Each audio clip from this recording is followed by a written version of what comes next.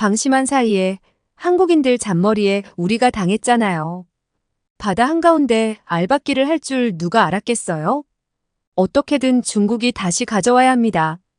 그게 이번 프로젝트에서 담당해야 할 역할이니까 명심하세요. 여기 중국의 연구원들이 한국에게서 무엇인가를 빼앗아야 한다고 목소리를 높이고 있습니다. 그런 모습을 한심하게 지켜보는 회의실 밖 여자의 얼굴에는 싸늘함이 역력한데요. 대체 이들은 어떤 꿍꿍이를 가지고 있는 걸까요? 지금부터 사연을 시작하겠습니다. 잠깐 구독과 좋아요를 눌러주시면 더 좋은 영상을 만드는데 큰 힘이 됩니다. 안녕하세요. 저는 미국인 맥건 앤더슨입니다. 미국의 로드아일랜드 대학에서 해양생물학 박사과정을 공부하고 있어요. 제가 해양생물학을 전공하게 된 데는 특별한 계기가 있었어요. 저는 미국 서부에서도 휴양도시로 유명한 몬터레이에서 태어나서 어릴 때부터 바다를 아주 좋아했거든요. 매주 주말이 되면 부모님은 저를 데리고 집 근처 바다로 나들이를 떠나곤 하셨어요. 발바닥을 간지럽히는 백사장의 감촉을 느끼며 스노클링을 즐기는 게 저의 일상이었습니다. 그래서 저는 바닷속 친구들인 해양동물과 산호초를 참 좋아했어요. 시간이 날 때면 부모님은 저를 데리고 아쿠아리움을 찾아 미국 전역을 돌아다녔죠. 그러다 중학생일 때 부모님과 함께 호주로 여행을 갔다가 평생 잊을 수 없는 아주 환상적인 경험을 하게 되었습니다. 바로 그레이트 베리어 리프, 세계 최대의 산호초지대를 직접 보게 된 겁니다.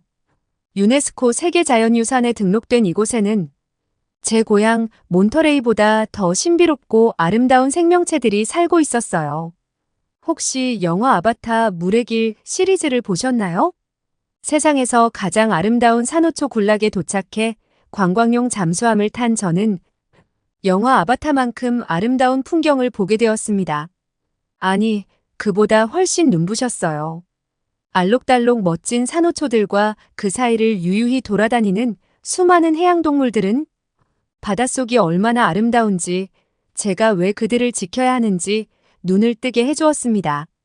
돌고래나 바다거북처럼 제가 잘 아는 동물뿐만 아니라 형형색색의 크고 작은 물고기들을 본다는 건 제게 평생 잊을 수 없는 경험이었죠. 저는 그날부터 바다 생태계에 완전히 매료되어 버렸고 아바타 주인공처럼 지구의 바다를 지키는 해양과학자가 되기로 결정했습니다. 그래서 해양과학 분야의 하버드라고 불리는 로드아일랜드 대학에 들어갔고 학부를 마치고 대학원에서 박사과정을 밟게 되었어요. 우리 학교는 해양생물학 분야에서 주목할 만한 연구 성과를 자랑하는 곳이고 자체 해양과학연구소와 탐사선까지 가지고 있을 정도로 규모가 크거든요. 특히 우리 해양연구소는 삼면이 바다로 둘러싸인 한국의 연구기관과도 활발하게 교류하고 있습니다. 심지어 한미공동해양연구소도 있어서 한국해양수산개발원이나 한국해양대학교 등 관련 기관 전문가들이 상주하며 공동연구를 추진하고 있죠. 저도 석사과정 때 한국의 해양대학에 가서 몇 달간 머물면서 공부를 하기도 했어요. 그때 만났던 한국인들은 모두 친절하고 다른 사람을 배려하는 예절이 몸에 배어 있다는 걸 알았고, 그래서 저는 한국에 대해 좋은 인식을 가지고 있었어요. 그리고 박사과정 논문 준비를 시작했을 때 제 인생을 뒤바꿔 놓은 찬스를 잡게 되었습니다. 어느 날 제 대학원 지도 교수님이 입이 귀에 걸렸고 좋아서 죽겠다는 듯한 표정으로 연구실에 들어오시는 거예요. 늘 연구 생각을 하느라 심각한 표정을 하던 교수님께 저는 무슨 좋은 일이 있으신지 물었죠. 그러자 교수님은 누군가 물어봐 주기를 기다렸다는 듯이 활짝 웃으면서 말씀하셨어요.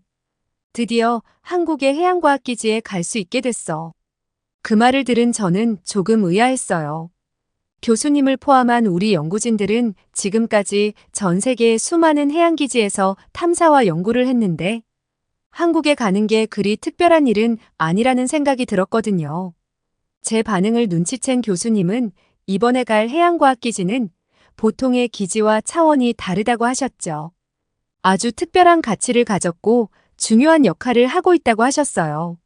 심지어 미항공우주국 나사에서도 이곳의 데이터를 수집하고 전 세계에 송출하고 있다면서 평소와 다르게 엄청 들뜨신 게 느껴졌습니다. 우리가 가는 곳은 이어도 해양과학기지인데 바다 한가운데 떠있는 수중기지라서 그 가치가 천문학적이라고 하셨어요. 미국을 포함한 여러 나라의 육지와 가까운 연안기지는 많이 있지만 이어도 해양기지처럼 수중에 설치된 곳은 아주 드물어서 바다 한가운데에서 직접 채취한 샘플과 자료가 초특급 대우를 받는다고 하셨죠. 1년 365일 내내 작동하는 44가지 종류의 관측 장비가 무궁화 위성으로 실시간 데이터를 전송하는데 바로 이게 미국 항공우주국 나사에서도 인정하는 자료라며 입에 침이 마르게 칭찬을 하시는 거예요. 특히 교수님이 이렇게 더 흥분한 이유는 따로 있었습니다. 교수님은 진작부터 이 기지의 중요성과 가치를 알아보고 있었고 아주 오래전부터 한국 측에 공동 연구를 제안했지만 성사되지 않았다고 했어요. 그 이유는 내륙에서 워낙 멀리 떨어진 수중기지여서 파도가 거세고 위험해서 얼마 전까지만 해도 연구원이 상주하지 않았는데 현재는 숙소를 보강해서 소수의 연구원들이 상주하며 연구활동을 하고 있대요. 하지만 이어도의 환경 때문에 웬만하면 낯선 외국 연구원들의 연구는 제한하는데 교수님이 워낙 끈질기게 요청하자 한국이 공동 연구를 받아들였던 겁니다. 교수님은 곧바로 이어도 기지로 갈 연구원들을 선발하기 시작하셨어요. 교수님은 제가 준비하는 박사 논문에 이어도 연구 결과를 포함시키면 좋을 거라고 하셨고 저는 이어도행 티켓을 받게 되었죠. 절친인 수습 연구원 에밀리도 함께 동행하게 되었습니다. 그런데 며칠 후에 에밀리가 갑자기 이어도 기지로 가는 걸 포기하겠다는 말도 안 되는 소리를 하는 거예요. 저는 제 귀를 의심할 수밖에 없었습니다. 깜짝 놀란 저는 에밀리에게 소리치듯 물었어요.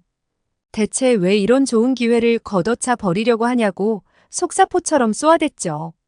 그러자 에밀리는 한숨을 푹 쉬면서 어렵게 입을 뗐습니다. 바로 중국 출신 대학원 조교인 첸이 연구단에 포함되었기 때문이라고 했어요. 저는 비로소 고개가 끄덕여졌습니다. 왜냐하면 첸은 해양과학대학원생이라면 누구나 끔찍하게 싫어하는 악명 높은 인물이었거든요. 독선적이고 잘난 척하면서 약한 자에게 강하고 강한 자에게 약한 아주 저질스러운 남자였습니다. 사실 저도 작년에 첸에게 호되게 당한 기억을 가지고 있었죠. 첸은 해양연구소에서 선임연구원으로 활동하면서 대학원 조교를 맡아서 수업도 진행하고 있었습니다. 그런데 중요한 시험을 앞둔 어느 날 첸이 저를 부르더니 은밀한 제안을 했어요. 메건 앤더슨, 시험에서 좋은 성적을 받고 싶지? 네, 당연하죠. 나름대로 열심히 준비는 했는데 어떤 주제가 문제로 나올지 걱정이네요. 그러면 이렇게 하면 어떨까? 내가 시험 문제로 나올 주제를 미리 알려줄 테니까. 내가 진행하는 연구를 조금만 도와줄래? 저는 깜짝 놀라 숨이 멎을 뻔했습니다. 이건 명백하게 부정행위였어요. 하지만 뛰어난 성적을 받고 싶은 욕망이 제 이성을 마비시켰습니다. 이번 시험 문제는 교수님 검수를 받아서 내가 출제해. 그러니까 우리 둘만 입 다물면 아무도 몰라. 어때? 잠시 망설였지만 결국 첸과 거래를 하게 되었어요. 자료를 분석하고 연구하는 건 늘 해오던 일이라. 첸이 맡은 연구를 도와주는 게 크게 힘들지는 않을 거라고 생각했던 거예요. 시험 문제로 첸이 알려준 주제가 나왔고 저는 준비한 답변을 작성해서 좋은 점수를 받게 되었죠. 하지만 다음 날부터 상상을 초월하는 끔찍한 지옥이 펼쳐졌습니다. 자, 여기 있는 데이터 내일 아침까지 전부 분석해놔. 첸은 산더미 같은 자료를 들고 연구실로 들이닥쳤고 저를 달달 볶아대기 시작했어요. 이미 미끼를 물어버린 상황이라 꼼짝없이 첸이 시키는 대로 할 수밖에 없었습니다.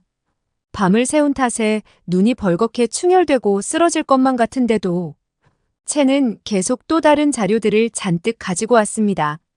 저는 거의 일주일 동안 매일 밤을 새우면서 첸의 조수 노릇을 했는데 나중에 제 앞으로 배당된 연구수당도 첸이 모두 가로채버렸다는 걸 알게 되었어요. 자기보다 힘이 없는 학부나 대학원생들은 마구 부려먹으며 함부로 굴었지만 교수님들에게는 입안의 혀처럼 굴며 온갖 아양을 떨면서 늘 좋은 평가를 받았습니다. 첸이 교수들에게 굽신거리는 비굴한 모습을 볼 때마다 저희 대학원생들은 치를 떨었죠. 그 인간하고 같은 팀이 되어서 연구를 하느니 차라리 포기하겠어. 기분 같아서는 저도 꼴도 보기 싫은 첸과 동행하고 싶지 않았지만 감정적인 문제로 연구를 포기할 수는 없는 일이었습니다. 에밀리, 내 마음은 충분히 이해해. 하지만 우리가 왜 그 자식 때문에 다시 오지 않을 중요한 기회를 날려버려야 돼? 눈 질끈 감고 몇 주만 버티자. 저는 차분하게 에밀리를 설득했고 그녀는 마음을 돌렸습니다.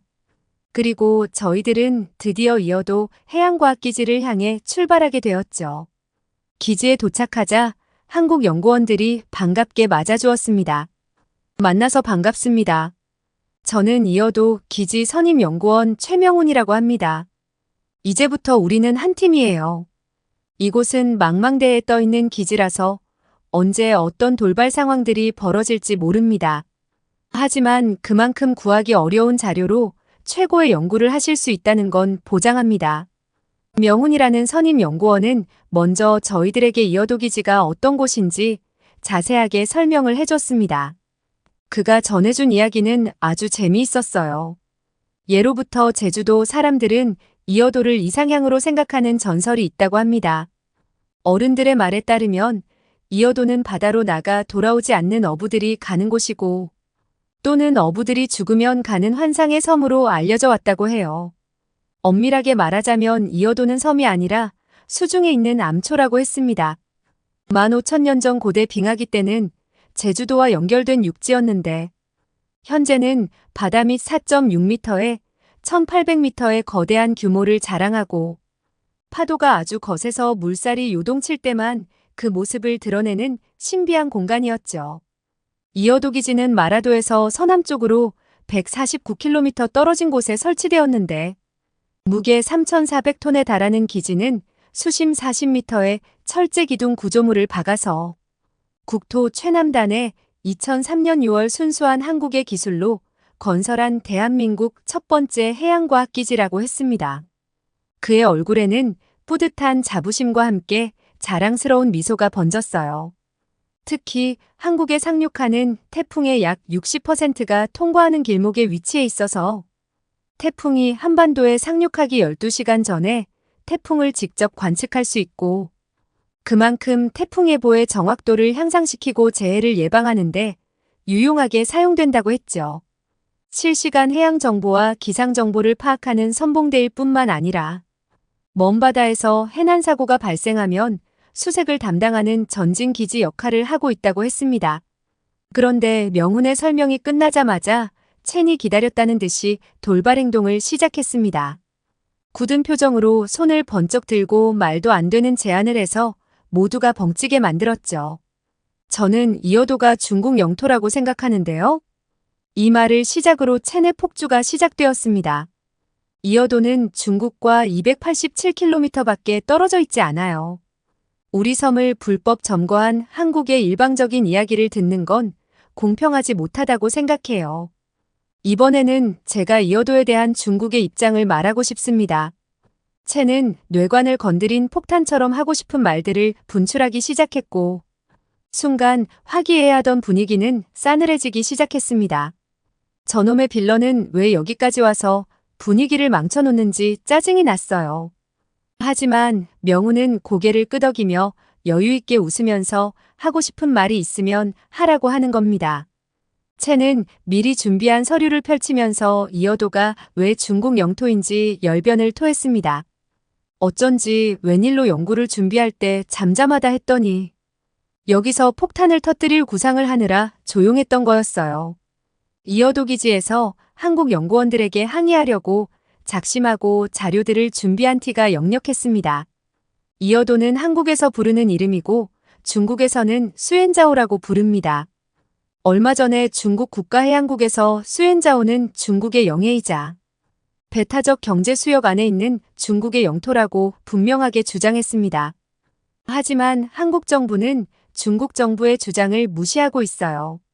수엔자오가 중국 영토라는 확실한 근거로는 중국의 해안선이 한국보다 더 길고 중국 수많은 인구가 읽은 역사서를 보아도 알 수 있습니다. 그 말을 듣고 너무 어이가 없어서 저도 모르게 코웃음을 치고 말았습니다. 마치 중국이 한국보다 넓고 인구도 많으니 이어도는 우리 거야 라고 말도 안 되는 주장을 하는 것 같았거든요. 채는 짧게 저를 노려보더니 곧 태연한 표정으로 말을 이어갔습니다. 중국의 오래된 지도에는 이어도 인근 해역이 중국 해역으로 표기되어 있어요. 그러니 이어도는 두말할 필요 없이 중국 땅입니다. 말을 마친 채는 의기양양한 표정으로 명훈을 쳐다봤습니다. 이제 명훈의 얼굴에서 웃음기는 사라졌고 그의 얼굴은 싸늘하게 굳어 있었어요. 다른 한국 연구원들도 마찬가지로 심각한 표정이었죠. 저와 에밀리는 불안한 표정으로 명훈과 첸을 번갈아 쳐다봤습니다. 분위기가 점점 심각해지고 있었고 이러다가 큰 싸움으로 번지는 건 아닌지 겁이 났어요. 하지만 지도 교수님은 웬일인지 첸을 말리지 않고 팔짱을 끼고 눈을 감은 채로 가만히 듣고 있었습니다. 어차피 한 번은 겪어야 될 일이니 끝까지 가서 누가 이기는지 결판을 지어보자는 생각을 하시는 것 같았어요. 명훈이 일어서더니 천천히 입을 열었습니다. 이미 2006년에 양국은 이어도가 영토 분쟁의 대상이 아니라는데 합의를 했어요. 역사적으로도 제주도의 설화나 민담 등의 이어도가 등장하고 있고 1994년부터 발효된 해양법 국제협약에 따르면 무인도나 암초는 가장 가까운 유인도에 귀속되도록 정하고 있습니다. 이것만 보더라도 이어도의 관할권은 한국에 있다고 봐야 할 겁니다. 첸의 주장에 대해 명훈이 정면으로 반박하면서 격한 토론이 벌어지는데 결국 명훈의 조리 있고 논리적인 설명과 국제법의 판결까지 거론하자 마침내 첸은 기가 막힌 억지를 부리기 시작했습니다. 한국은 대대로 중국에 예속되어 살아왔어요. 중국이 도와주지 않았다면 속국인 한국은 오래전에 사라졌을 운명입니다. 그런데 명백하게 중국의 땅을 불법으로 점령하고 큰 소리를 치다니 파렴치한 짓을 하는 소국의 행동은 정말이지 용서할 수 없습니다. 첸은 한국 연구원들의 감정을 자극해서 논리적인 토론이 아닌 말싸움을 하려고 했습니다. 명훈과 한국 연구원들이 도를 넘어선 그의 행동에 맞대응하려고 했는데 그제서야 지도 교수님이 나섰습니다. 지금 이게 뭐 하는 겁니까? 우리는 영토 싸움이 아니라 연구를 하려고 여기에 왔어요. 지금부터는 저와 한국 연구원들의 지시에 따라 각자 맡은 일을 해야 합니다. 당장 각자 자리로 돌아가지 않으면 이 프로젝트에서 제외할 겁니다. 지도 교수님의 냉정한 말투에 첸은 꼬리를 내렸습니다. 그렇게 이어도에 대한 날이 선 공방은 마무리되었지만 이건 끝이 아니라 시작에 불과했죠. 바로 다음 날부터 저희들은 한국 연구원들과 팀을 이뤄서 관측 장비들이 채취한 각종 해양 샘플들을 분석했고 시간 단위로 대기의 변화를 관찰하고 보고서를 작성하며 민감한 장비들이 제대로 작동하는지 확인하고 점검하면서 바쁘게 일을 했어요. 저는 명훈과 같은 팀이 되어서 하루 종일 그와 붙어 다니면서 일을 했습니다. 명훈은 미국에서 유학을 한 경험이 있어서 영어에 능통해서 의사소통에는 전혀 문제가 없었죠. 그건 다른 한국 연구원들도 마찬가지였어요. 그런데 이어도에서 지낸 지 사흘 뒤 생각도 하지 못했던 큰 문제가 생기고 말았어요. 대학 본부에서 걸려온 위성전화를 받은 지도 교수님이 갑자기 미국으로 급히 돌아가야 한다고 말했던 겁니다. 갑자기 이틀 뒤에 중요한 회의가 잡혔는데 내가 꼭 참석해야 하네. 원래는 한 달 일정으로 왔지만 지도 교수님은 대학 본부의 호출을 받고 바로 미국으로 돌아가게 되었죠. 그런데 문제는 교수님이 귀국하면서 자신을 대신할 책임자로 첸을 지목해버린 거예요. 첸이 우리 중에 가장 선임 연구원이었고 가장 많은 원정 연구에 참여했던 경험이 있어서 그렇게 결정하셨다고 했습니다. 저희들은 깜짝 놀랐지만 교수님이 선택한 것이라 따라야만 했죠. 이번 프로젝트의 책임자가 되자 채는 감추고 있던 본색을 바로 드러냈습니다. 그는 괜히 어깨에 잔뜩 힘을 주고 거들먹거리면서 다른 연구원들의 활동에 참견을 해댔고, 같이 회의를 할 때도 한국 연구원들이 발표를 하면 아무것도 아닌 일에도 말꼬리를 잡고 트집을 잡으며 성가시게 굴었어요. 게다가 고립된 상황 속에서 공동생활을 하기에 연구활동 외에 식사부터 청소까지 모든 일을 각자 당번을 정하고 분담해서 했는데 채는 마음대로 당번에서 쏙 빠져버렸습니다. 제가 왜 식사 당번에서 빠지냐고 물었더니 그는 어이가 없다는 표정을 지었습니다. 넌 내가 리더라는 걸 몰라. 리더는 정책적으로 중요한 결정을 내리는 사람이야. 이렇게 하찮은 일에 쏟을 정신이 없다고. 그러니까 내가 하는 일에 간섭하지 마. 첸의 인간성이 아주 저질이라는 건 이미 알고 있었지만 이건 정말 구제불능이란 생각이 들었습니다. 거기에 한술 더 떠서 첸은 자기만 혼자 독방을 쓰게 해달라고 명훈에게 부탁을 했어요. 모든 연구원들은 4명이 한 방을 쓰게 되어 있었죠. 바다위 기지는 규모가 작아서 숙소 공간이 부족했기 때문입니다. 그래서 명훈은 곤란하다고 거절했지만 채는 자기 성격이 워낙 예민해서 다른 사람이 있으면 잠을 못 잔다고 하소연하면서 계속 졸라댔어요. 명훈은 사소한 일로 또 첸과 말다툼을 하고 싶지는 않다며 저희들에게 양해를 구한 다음에 창고를 깔끔하게 치우고 첸이 혼자 쓸 수 있게 배려해줬습니다. 그런데 첸은 은혜를 원수로 갚아버렸어요. 그는 짧지만 자유시간이 생기면 미국 연구원들을 모아놓고 이어도가 왜 중국 땅인지, 그리고 한국은 오래전부터 중국을 받들어 모시던 신하의 나라라는 말을 반복하면서 세뇌 교육을 하려고 들었습니다. 모두들 진저리를 쳤지만 통솔자인 첸의 말을 무시할 수는 없었죠. 하지만 저는 한국에 대한 뒷담화를 계속하는 유치한 짓을 용서할 수 없어서 날카롭게 경고를 했습니다. 왜 자꾸 쓸데없는 말을 하면서 한국 연구원들을 자극하는 거죠? 이런 행동은 공동작업에 전혀 도움이 안 된다는 거 몰라요? 당장 그만해요. 자꾸 내부 분열을 일으키면 가만히 있지 않겠어요. 하지만 첸은 저의 경고를 비웃기만 했습니다. 그런데 며칠 후에 심상치 않은 일이 일어나기 시작했어요. 강력한 태풍이 이어도를 향해 빠르게 다가오고 있다는 긴박한 소식이 들려왔던 겁니다. 심지어 갑자기 악화된 기상 때문에 저희들을 철수시켜줄 배가 기지에 접근할 수 없다는 연락을 받았습니다. 탐사 장비들을 거두기 위해 고무보트에 탑승했던 수중 탐사대원들이 아직 기지로 돌아오기 전이었어요. 아직 높은 파도는 없었지만 유속이 세다 보니 보트 통제가 불가능한 상황이었습니다. 두어 시간 뒤 배는 물론이고 헬기도 뜰 수 없을 정도로 엄청난 비가 쏟아지고 파도는 기지를 삼킬 듯이 몰아쳤어요. 늘 겪는 일이지만 육지와 멀리 떨어진 바다의 날씨는 예측할 수 없을 정도로 변덕이 심했습니다. 바로 그때 명훈은 한국의 정비사 박 팀장님에게 소리를 질렀습니다. 박 팀장님, 보트 로프를 한 명이 잡아줘야 해요. 지금 밑으로 계속 말려 들어가요. 한류와 난류가 만나는 지역이라 평소에도 이런 일들이 종종 있었다며 명훈은 우리를 안심시키며 일사불란하게 움직였습니다. 탐사대원들도 함께 로프를 손으로 당겨 가까스로 해양기지 정박에 성공했고 우리는 모두 숙소에 들어와서야 안도의 한숨을 쉬었습니다. 이제는 선택의 여지 없이 태풍이 물러갈 때까지 고립되어 버티는 수밖에 없었어요. 명훈과 한국 연구원들이 중심이 되어 물과 식량을 아끼면서 일주일을 버틸 비상계획을 짜기 시작했어요. 명훈은 이런 긴박한 상황은 처음이라 불안해하는 저희 미국 연구원들을 안심시켜줬습니다. 너무 걱정하지 말아요. 36m인 우리 기지는 그물 형태를 본따 만들어져서 높은 파도와 거센 바람에도 끄떡없이 버티도록 설계되어 있어요. 비상식량도 일주일은 버틸 수 있고 바닷물을 식수로 바꾸는 장비도 있으니까 문제 없어요.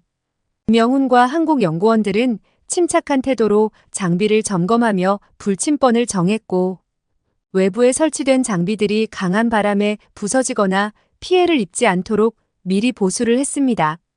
거센 바람이 부는 날씨에도 한국의 대원들은 15m의 탑 위에 기상장비 센서를 설치하며 기기 보수에 최선을 다했어요. 그런 모습을 보면서 한국인들은 정말이지 위기에 강하다는 걸 느끼게 되었죠.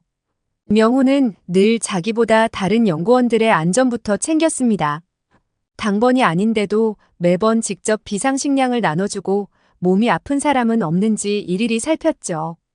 그런 반면에 저희들의 리더라는 채는 자기 방에 틀어박혀 나오지도 않았습니다.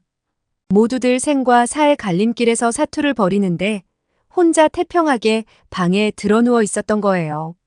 참 한심했지만 한두 번이 아니라 포기해버렸죠. 그런데 이상한 일이 벌어지기 시작했습니다. 비상식량으로 비축해둔 빵과 라면이 계속 없어지는 거예요. 처음에는 재고 확인을 잘못한 건 아닌지 의문이 들어 몇 번이나 세어봤지만 분명 모자랐습니다. 이건 틀림없이 우리들 중 누군가 식량을 몰래 빼돌리는 것 같았죠. 하지만 누가 이런 말도 안 되는 짓을 하는지 알 수가 없었는데 범인은 바로 밝혀졌습니다. 에밀리가 저를 화장실로 데리고 가더니 첸이 수상하다고 하는 거예요. 어젯밤에 상황실에서 불침번을 서고 새벽에 방으로 돌아가는데 첸의 방에서 라면 냄새가 나는 거야.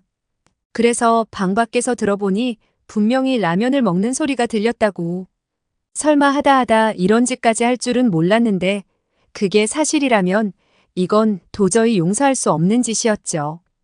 그래서 저와 에밀리는 첸이 방에서 나가는 걸 확인하고 방 안을 뒤졌더니 빵과 컵라면을 가득 쌓아놓고 있었습니다. 저는 머리끝까지 화가 치밀어서 첸에게 달려가서 따졌는데 능청스럽게 웃으며 어처구니 없는 변명을 늘어놓는 겁니다. 아, 그건 말이야. 내가 보관해 놓은 거야. 누군가 비상식량을 몰래 먹으면 어떡해? 언젠가 식량이 바닥을 드러내면 같이 나눠 먹으려고 따로 보관하고 있었어. 저는 어이가 없고 뻔뻔스러운 모습에 화가 치밀어서 소리를 지르고 말았습니다. 말 같지도 않은 소리 집어치워. 어젯밤에도 당신이 몰래 라면 먹은 거 다 알아. 증거 사진도 찍어놨으니까 귀국하면 교수님에게 당신이 비상 상황에서 무슨 짓을 했는지 전부 말해버릴 거야. 그리고 명훈과 한국 연구원들에게도 알리겠어. 그러자 첸은 바로 사색이 되어서 제발 한 번만 봐달라고 싹싹 빌기 시작했습니다. 리더가 되어서 거들먹거리는 재미로 살더니 명예욕에 인생을 건 것처럼 보였어요. 명훈이 이 사실을 알게 되면 중국인으로서 자존심에 결정적인 상처를 입게 되고 교수님이 첸이 얼마나 비열한 인간인지 알게 된다면 대학원 조교나 연구원 생활에도 치명타이게 뻔했거든요. 제발 그러지 마. 그럼 내 인생은 끝장난다고. 이제부터는 군소리 안 하고 명훈이 시키는 대로 따를게. 제발 한 번만 눈 감아줘.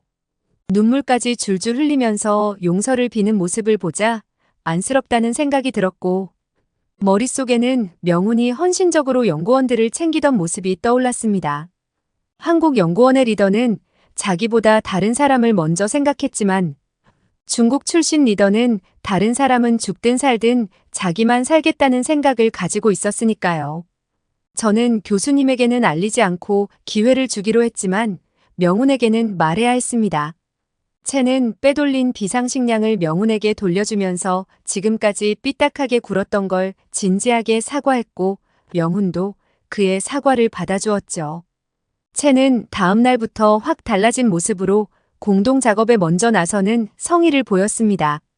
그리고 비바람이 조금씩 잦아들자 저희들은 밖으로 나가서 외부 장비를 점검하고 보수를 하기 시작했어요. 그런데 작업을 하던 제가 젖어있는 바닥에 미끄러지면서 다리를 다치고 말았어요. 명훈은 바로 달려와서 부상을 당한 저를 정성껏 돌봐줬습니다. 그의 세심하고 따뜻한 배려를 느끼자 갑자기 명훈을 쳐다보기가 부끄러워졌어요.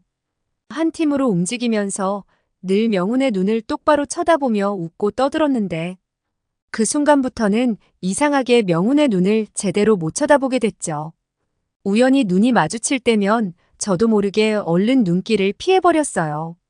그렇게 이틀 뒤 마침내 태풍은 물러가고 바다는 평화로운 얼굴을 드러냈습니다. 저희들은 그동안 연구 결과들을 정리하고 무사히 미국으로 돌아오게 됐어요. 미국으로 돌아온 뒤에도 명훈과 자주 연락하면서 안부를 묻고 정보를 교환하곤 했습니다. 하지만 명훈과 화상회의를 할 때면 저도 모르게 뚝딱거리게 되더라고요. 말도 버벅거리고 바보 같은 제 모습이 너무 짜증나서 울적해져 있는데 화상회의를 마치던 명훈이 제가 실수하는 모습이 귀엽다며 웃더군요. 키 170cm가 넘는 저보고 귀엽다니. 저는 명훈이 대체 무슨 말을 하는 건지 이해가 안 됐어요. 한국 남자들은 왜 이렇게 친절하고 따뜻해서 사람을 바보로 만드는 건지 짜증이 났습니다. 그렇게 시간이 흘러 얼마 전 제가 쓴 논문이 통과되어 박사 학위를 받게 되었어요. 교수님은 친한 해양탐사 기업의 팀장 자리를 소개해 주셨지만 저는 사기업이 아닌 연구원에서 쭉 바다를 탐구하고 싶다고 말씀드렸어요. 그런 제 진로를 알게 된 명훈은 자기가 한미공동연구소에 지원할 마음이 있다면서 저보고 어떻게 생각하냐고 묻더라고요. 태풍이 불어도 비바람이 몰아쳐도 든든하게 지켜주고 싶은 여자가 바로 저라면서요. 저는 요즘 명훈이 미국에 올 날을 손꼽아 기다리고 있습니다.